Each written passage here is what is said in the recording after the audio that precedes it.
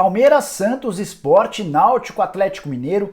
Engana-se quem pensa que só o Cruzeiro é o único ameaçado por punições envolvendo a FIFA em relação à inadimplência. No vídeo de hoje do canal do Nicola, quero te explicar com detalhes como funciona esse sistema de mecanismo de punições criado pela FIFA e quais as chances do Cruzeiro ser rebaixado, de o Santos levar novas punições da FIFA, além dos demais clubes brasileiros.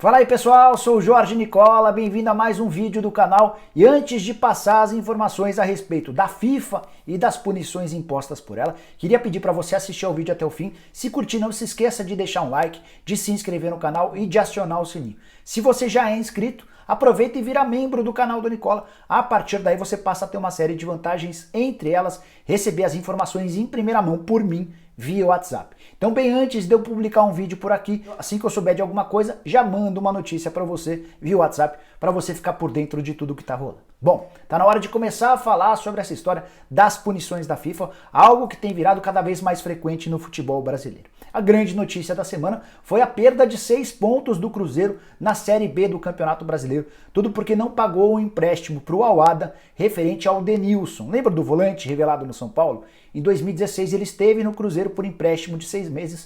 O Cruzeiro prometeu pagar 850 mil euros, não pagou, o Al-Ahda foi à FIFA, conseguiu o ganho e o Cruzeiro tinha até o início dessa semana para fazer esse pagamento de 5 milhões de reais com juros e correções monetárias. O Cruzeiro não conseguiu fazer o pagamento e já está punido com a perda de 6 pontos na Série B do Campeonato Brasileiro. Isso é irreversível, não há possibilidade de recorrer à instância superior nenhuma. O Cruzeiro vai ter de jogar a Série B começando com menos 6 pontos. Quero te explicar primeiro, para começar, como é que funciona esse sistema de punição criado pela FIFA.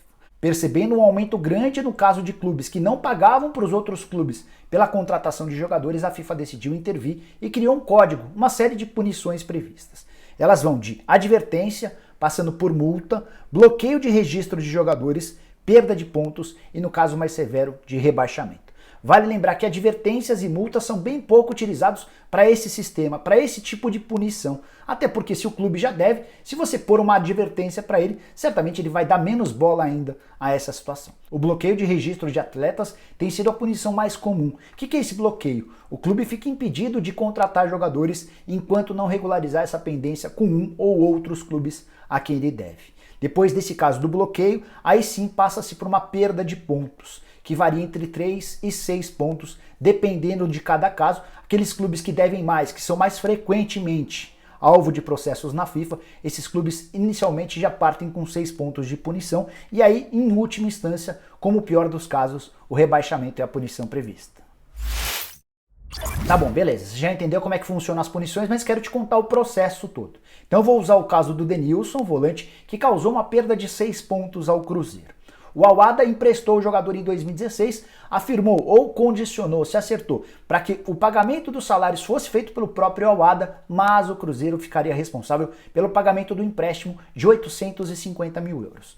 O Denilson esteve no Cruzeiro, jogou bem pouco, foram só 6 partidas, 2 delas como titular, e o Cruzeiro decidiu não fazer o pagamento em 2016 por esse empréstimo. O Al-Ahda cobrou do Cruzeiro, não teve resposta e foi à FIFA.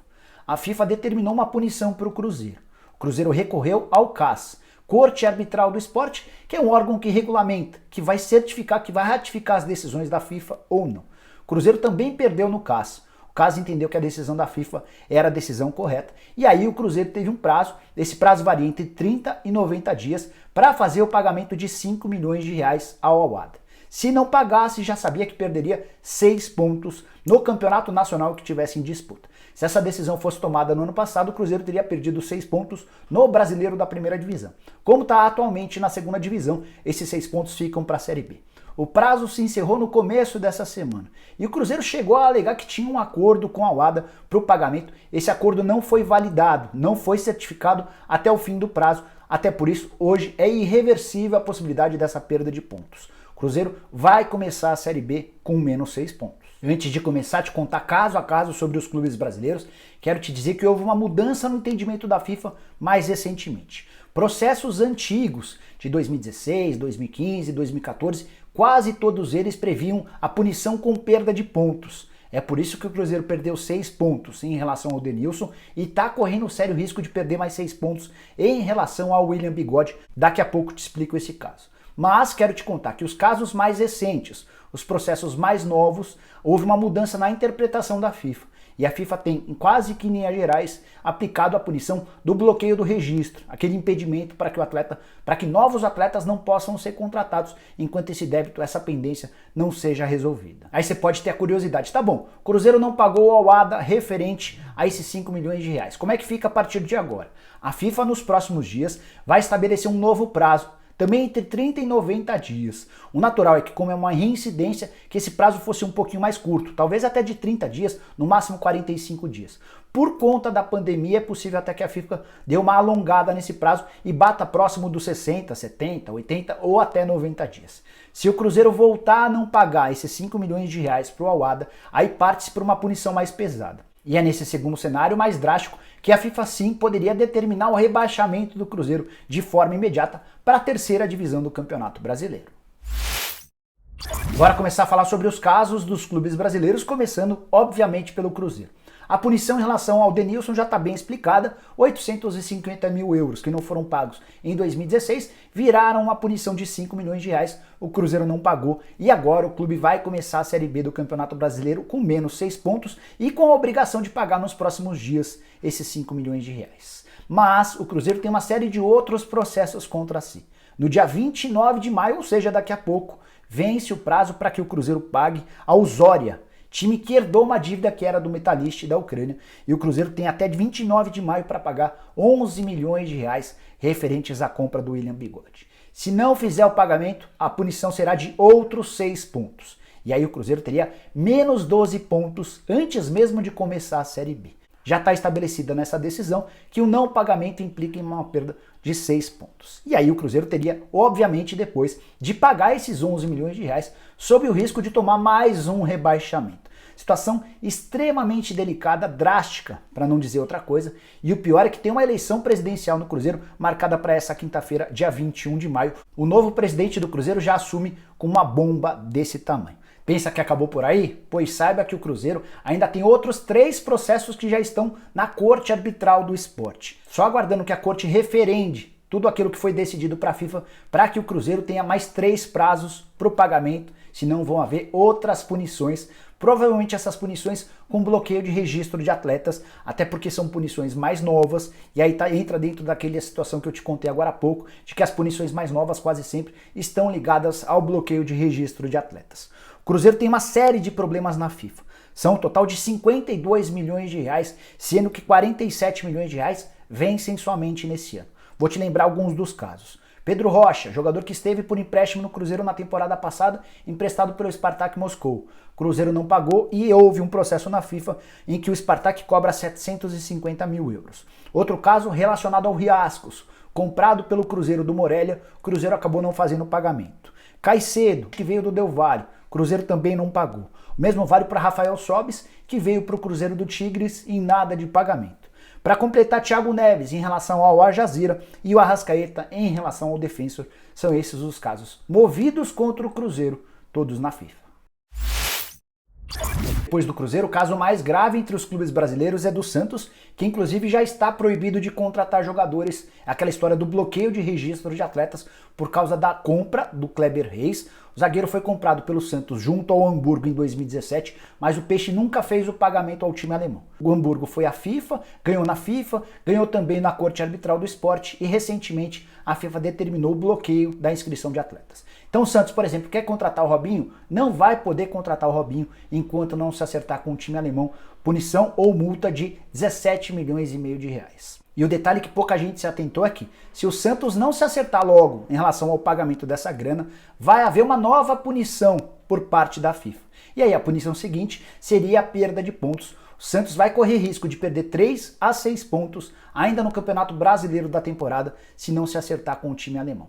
Conversei com José Carlos Pérez, que é o presidente do Santos, antes da gravação desse vídeo, e ele garante, assegura que tem mantido conversas com o Hamburgo em relação ao pagamento dessa dívida. De acordo com o Pérez, o Santos também acaba de tomar uma advertência da FIFA por conta de um processo movido pelo Clube Bruges, da Bélgica, que cobra o não pagamento do empréstimo do Luan Pérez.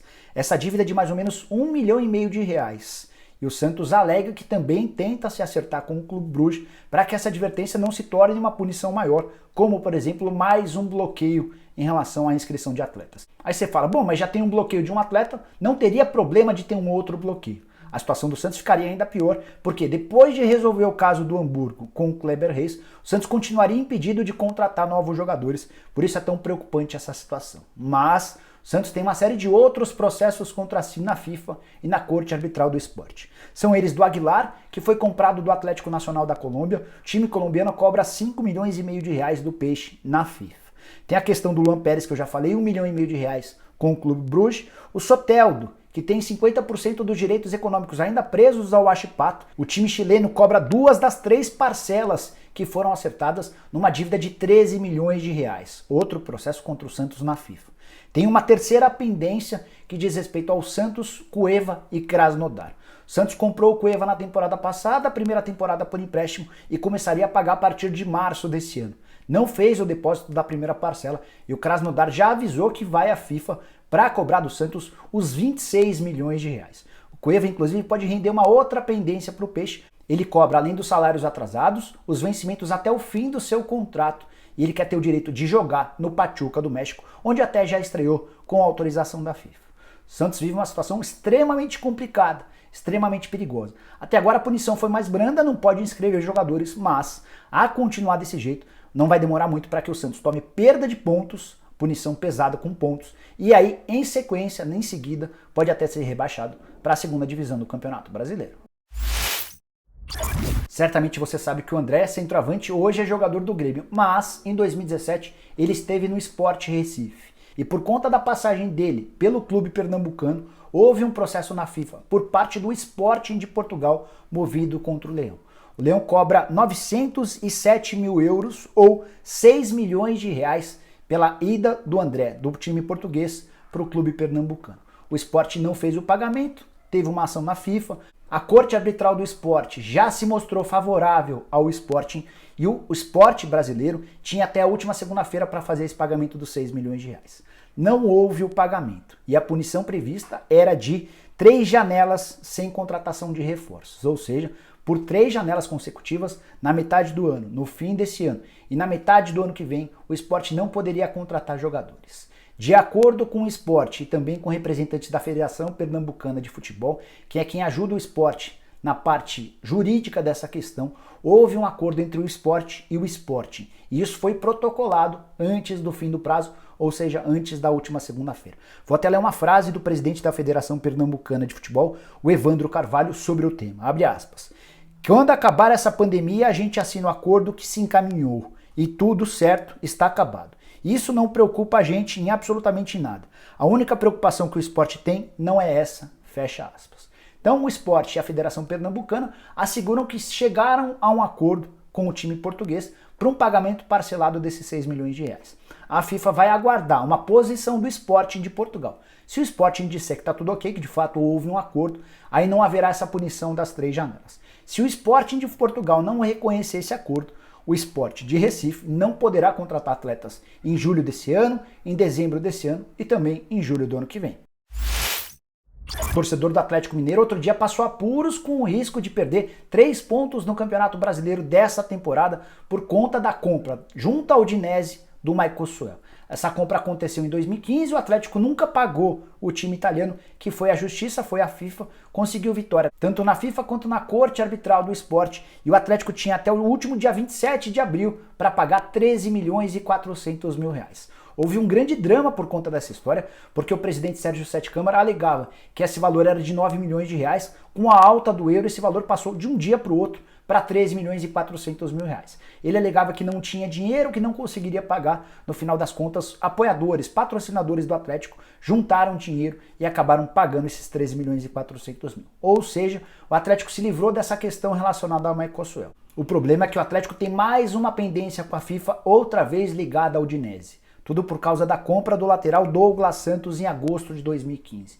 O Atlético ainda deve 2 parcelas, no valor de cada uma de 571 mil euros ou 1,1 milhão de euros, que hoje equivalem a mais ou menos 6 milhões e 800 mil reais, quase 7 milhões de reais. Se não houver pagamento nos próximos dias, o Atlético vai voltar a correr risco de punições pesadas na FIFA. A grande sorte do Atlético nessa questão relacionada ao Douglas Santos é que a FIFA ainda não estabeleceu uma data limite para o pagamento, mas ela pode vir a qualquer momento e o Atlético vai precisar juntar essa grana para não correr o risco de novamente perder pontos no Campeonato Brasileiro.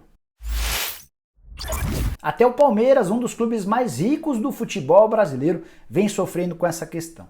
O Atlético Nacional da Colômbia, depois de fazer várias cobranças sobre o Palmeiras em relação ao Borja, decidiu levar o caso à FIFA, que, em primeira instância, já estabeleceu um prazo de 45 dias para que o Palmeiras quitasse os 3 milhões de dólares que deve em relação a 30% dos direitos econômicos do atacante colombiano.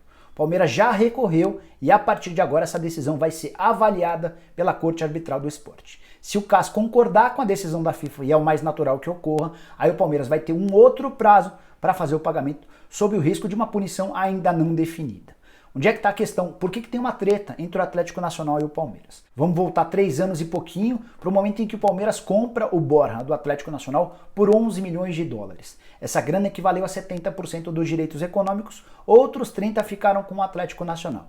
Ficou combinado em contrato que se o Palmeiras não vendesse o Borja por 2 anos e meio, ou seja, até metade do ano passado, ele teria de adquirir mais 30% por 3 milhões de dólares. No entendimento do Atlético Nacional, assim que esse prazo foi cumprido, ou seja, na metade do ano passado, o Palmeiras tinha a obrigação de fazer o pagamento imediato. O Palmeiras alega que no contrato não há uma data específica para o pagamento para a compra desses 30%, e o Palmeiras tem alegado que quando vender o Borja, ele faz o depósito desses 30%. O Atlético Nacional não gostou da posição do Palmeiras e levou o caso à FIFA, já ganhou em primeira instância. Então é natural que o Palmeiras nas próximas semanas veja mais uma decisão desfavorável, agora na Corte Arbitral do Esporte, e vai precisar arranjar esses 3 milhões de dólares. A vantagem do Palmeiras em relação a vários outros clubes é que o fluxo de caixa permite a ele conseguir esses 3 milhões de dólares e não correr um risco de uma punição mais pesada, mas é mais um clube brasileiro que tem seu nome ligado à FIFA e à Corte Arbitral do Esporte, referente à inadimplência ao não pagamento de uma questão ligada a jogador.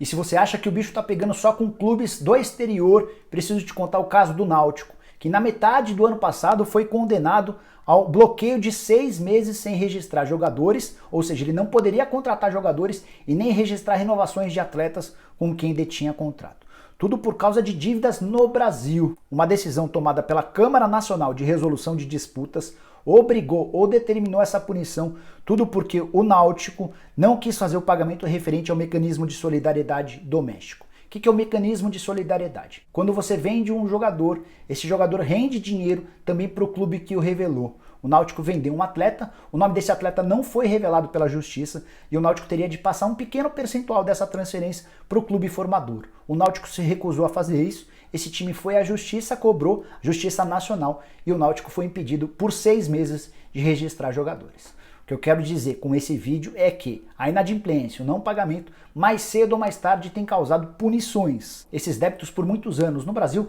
foram ignorados, mas mais recentemente a FIFA e as autoridades no Brasil têm pegado pesado e a tendência é que quem continuar sendo inadimplente tenha inúmeros problemas dentro de campo. Para fechar o vídeo, quero te contar o primeiro caso que se tem notícia relacionado a esse tipo de cobrança e que terminou com um fim extremamente triste para o Guarani. Ele diz respeito ao ano de 2006, quando o Guarani jogava a Série B do Campeonato Brasileiro, perdeu 3 pontos na FIFA e esses 3 pontos foram determinantes para a queda do time para a 3ª divisão do Campeonato Brasileiro, a Série C. Tudo começou quando o Guarani vendeu o lateral esquerdo Gilson para um time turco de nome bem difícil, Samsunspor Kulübü. O problema é que o Gilson não se apresentou para a pré-temporada nesse time turco. E aí os turcos, obviamente, foram à FIFA para cobrar o cancelamento do negócio e para exigir a restituição desses 20 mil dólares. O Guarani não devolveu o dinheiro e continuou com o Gilson.